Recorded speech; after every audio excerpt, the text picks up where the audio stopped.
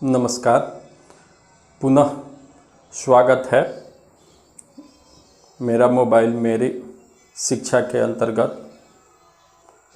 हम लोग अध्ययन कर रहे थे भूगोल विषय के चैप्टर 2 में भौतिक स्वरूप, संरचना और उच्चवच के अंतर्गत उसकी भौतिक संरचना जो हम अलग अलग खंडों में बांटे हुए थे, उनके 3 खंडों के बारे में हम लोग पूर्व के क्लास में अध्ययन कर लिया है। अब उसके चौथा, पांचवा और छठे समूह पर हम लोग चर्चा करेंगे। जो भारतीय स्थलाकृतियों को हम अपने अध्ययन की सुविधा की दृष्टि से 6 भागों में बांट के अध्ययन कर रहे हैं, उसमें चौथा भाग तटीय मैदान है। तटीय मैदान जिसे एक छोटे से प्रतिरूप मानचित्र पे भी दिखाया गया है। तटीय मैदान जो है वह 2 भाग है, एक पश्चिम तटीय मैदान और दूसरा पूर्वी तट। तो पश्चिमी तट की औसत चौड़ाई 10.6 किलोमीटर है। यह तट काफ़ी कटाछटा है और इस तट पे जो नदियां हैं तीव्र ढाल से बहती हैं, जिसके कारण यहाँ का जो कटाछटा तटीय क्षेत्र है, यहाँ पे बहुत सारी लैंगून झीलें मिलती हैं और ये सह्याद्री के नाम से भी जाना जाता है। दूसरा नाम इसका पश्चिमी तट को सह्याद्री भी कहते हैं हम।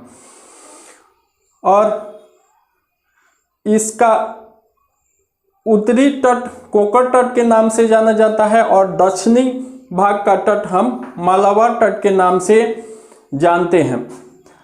पश्चिमी तट के अपेक्षा पूर्वी तट चौड़ा है। उसकी औसत चौड़ाई 160 किलोमीटर से लेके 360 किलोमीटर है और इसका उत्तरी भाग गोलकुंडा तट के नाम से और इसका दक्षिणी भाग कोरोमंडल तट के नाम से जाना जाता है।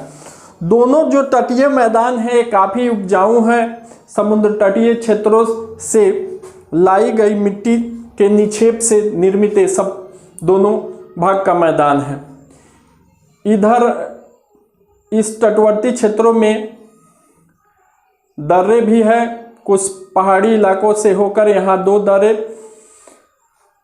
भोर घाट, पाल घाट, इधर थाल घाट है। अलग अलग क्षेत्रों में हम देखते हैं कि संसाधन से काफ़ी भरे हुए हैं।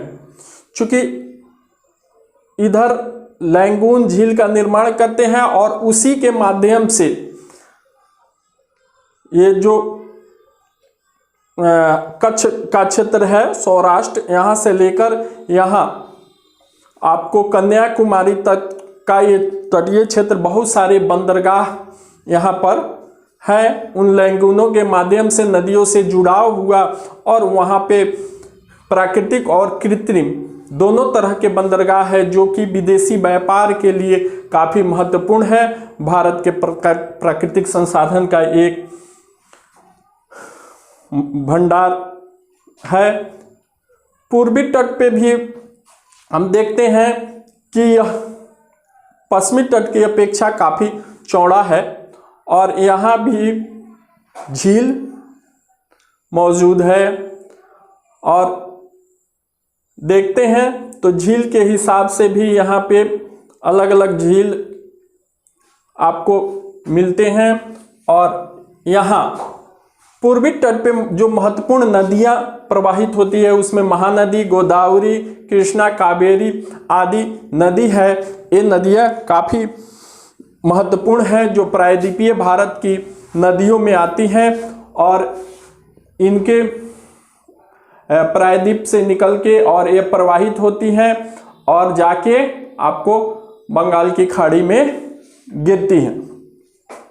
इधर जो 2 मात्र नदी है जो आपको पश्चिमी घाट में प्रवाहित होती है, उसमें नर्मदा और ताप्ती का नाम आता है और ये आपको अरब सागर में जाके गिरती है। इन सारे नदियों के बारे में हम लोग चर्चा अगले जो वर्ग होगा, अपवाह स्वरूप, तीसरा अध्याय है, उसमें मूल रूप से देखेंगे। तो इस हिसाब से हमारा तटीय मैदान काफ़ी महत्वपूर्ण है। और उसके बाद आता है पांचवा जो इसका प्राकृतिक स्वरूप का विभाजन है, वह है भारतीय मरुस्थल का। भारतीय मरुस्थल जिसे हम राजस्थान का मरुस्थल के नाम से भी जानते हैं, यह मरुस्थल थार के रेगिस्तान के नाम से जाना जाता है और इसकी लंबाई 644 किलोमीटर है और इसकी चौड़ाई 160 किलोमीटर है। कुल क्षेत्रफल 1,04,000 वर्ग किलोमीटर है और यहाँ पे वर्षा 15 सेंटीमीटर होती है। चूंकि वर्षा में जो दोनों मालाबार तट से या कोरोमंडल तट से जो भी मानसून चलता है वह जून में वह चल के और इधर से पर्वतीय क्षेत्रों से टकरा के इधर उसमें जो नमी धारण करने की क्षमता है, यह आपको मेघालय साइड में गारो खासी और जयंतीय की पहाड़ियों से जो शंक्वाकार पहाड़ी है उधर ज़्यादा बारिश कराते हुए आगे बढ़ता है और यहाँ राजस्थान तक पहुँचते पहुँचते उसमें नमी धारण करने की क्षमता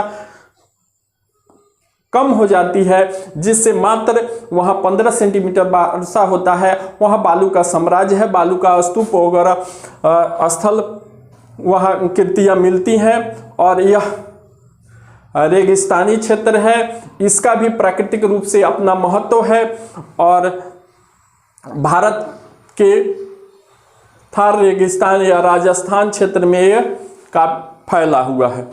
उसके बाद हम छठा देखते हैं द्वीप समूह। द्वीप समूहों के भी दो पार्ट हो जाते हैं। जो हमारा मुख्य रूप से देखते हैं, यहाँ हिंद महासागर है, हिंद महासागर के उत्तर में भारत है। तो हिंद महासागर की दो शाखाएं हो जाती हैं, एक होता है अरब सागर, दूसरा होता है यहाँ बंगाल की खाड़ी। बंगाल की खाड़ी में हमारा अंडमान निकोबार द्वीप समूह है जो ऐसे दिखाया गया है और यहाँ पे लक्षद्वीप है। यहाँ द्वीपों की संख्या यहाँ 572 है यहाँ और छोटे बड़े द्वीपों की संख्या 1278 के आसपास है। लेकिन मुख्य रूप में यहाँ जो द्वीप है 35-37 और यहाँ द्वीप जो है 10 बड़े द्वीप हैं जिस पे जीवन है। मीन्स लक्षद्वीप के 10 बड़े द्वीपों पर जीवन है और लक्षद्वीप का जो द्वीप है वह कोरल आइसलैंड के नाम से, मूंगे का आइसलैंड के नाम से भी जाना जाता है। क्योंकि बहुत सारे जो जीव होते हैं उनके अपशिष्ट मरने के बाद उनके अपशिष्ट जमा हो जाते हैं और उनके निक्षेप से इस द्वीप का निर्माण हुआ है। और यह द्वीप प्राकृतिक रूप से भी काफी महत्वपूर्ण है, अरब सागर में स्थित है, भारत का अभिन्न अंग है। उसके बाद इधर हम देखते हैं ये अंडमान निकोबार द्वीप समूह है जो काफी महत्वपूर्ण है। यहाँ बैरन आइसलैंड भी यहीं स्थित है। अंडमान निकोबार द्वीप समूह पे आपको 2004 में दिसंबर 2004 में सुनामी आई थी और उस सुनामी के कारण यहाँ यह द्वीप जलमग्न हो गया था और पुनः कुछ वर्षों में यह फिर से अपने पूर्व अवस्था में उदित हो गया। यह प्राकृतिक संसाधन के रूप से भी काफ़ी महत्वपूर्ण है, भारत की सामरिक व्यापारिक दृष्टि से काफ़ी महत्वपूर्ण है अंडमान निकोबार द्वीप समूह। इसका इंदिरा पॉइंट भारत का दक्षिणतम बिंदु इंदिरा पॉइंट है। स्थलीय भाग का यहाँ अंतिम जो कन्याकुमारी है, यहाँ कुमारी अंतरिम कहिए या कन्याकुमारी के नाम से जानते हैं। और दोनों द्वीपों का भारत में काफ़ी महत्व है। इस तरह हम देखते हैं कि हमारा इस भौतिक स्वरूप का 6 भाग समाप्त हुआ। पुनः एक बार हम इसको रिकैप कर लेते हैं कि हमने इसमें क्या पढ़ा। भौतिक स्वरूप में हमने अध्ययन किया कि भारत के कितने भौतिक स्वरूप में बांट के अध्ययन हम करते हैं। भारत विविधताओं में एक फैला हुआ विशाल देश है और एकता में चूंकि अनेकता में एकता का यह संचार है और ये अलग अलग सारे इसकी प्राकृतिक खूबियां भारत में चार चांद लगाने की काम करती हैं। तो हमने पहला इसकी जो प्लेट विवर्तनिक घटनाओं से लेके और तेथिस सागर के निर्माण की चर्चा की, और उसके बाद जो हम लोग देखते हैं कि ये इसके 6 प्राकृतिक भागों में पहला हिमालय की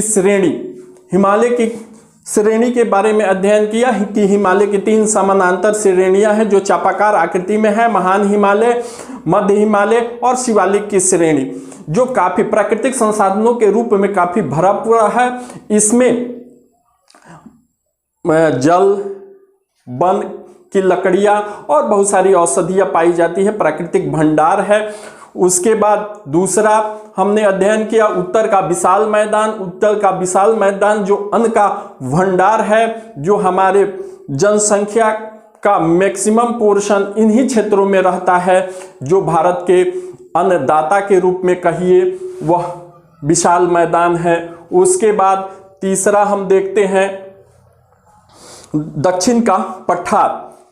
दक्षिण के पठार के भी हम लोग 2 उपभाग देखे थे, मध्य और दक्कन का पठार, मध्यवर्ती पठार और दक्कन का पठार, उसका हम लोग देखे। उसका भी प्राचीन काल से काफी महत्व है और यह प्रायद्वीपीय भारत का अभिन्न भाग है। इसमें भी प्राकृतिक संसाधनों का अपूर्व भंडार है, इसका भारत में काफी महत्व है। उसके बाद तटीय मैदान, ये समुद्र तटीय क्षेत्रों के लाए गए अपशिष्टों के जमा होने से इस मैदान का निर्माण हुआ है, जो काफी उपजाऊ है। यहाँ भी कृषि कार्य होते हैं और इससे उपजाऊ बहुत सारे फसलों का यहाँ उपज अच्छे दृष्टि से होता है। उसके बाद मरुस्थल, भारत का मरुस्थल जो है वो राजस्थान के मरुस्थल के नाम से भी जाना जाता है और उसका लंबाई चौड़ाई हम लोग देख लिए। वर्षा मरुस्थल का भी अपने आप में एक महत्व है और इस रूप में भारत अपने प्राकृतिक विविधताओं को समेटे हुए है।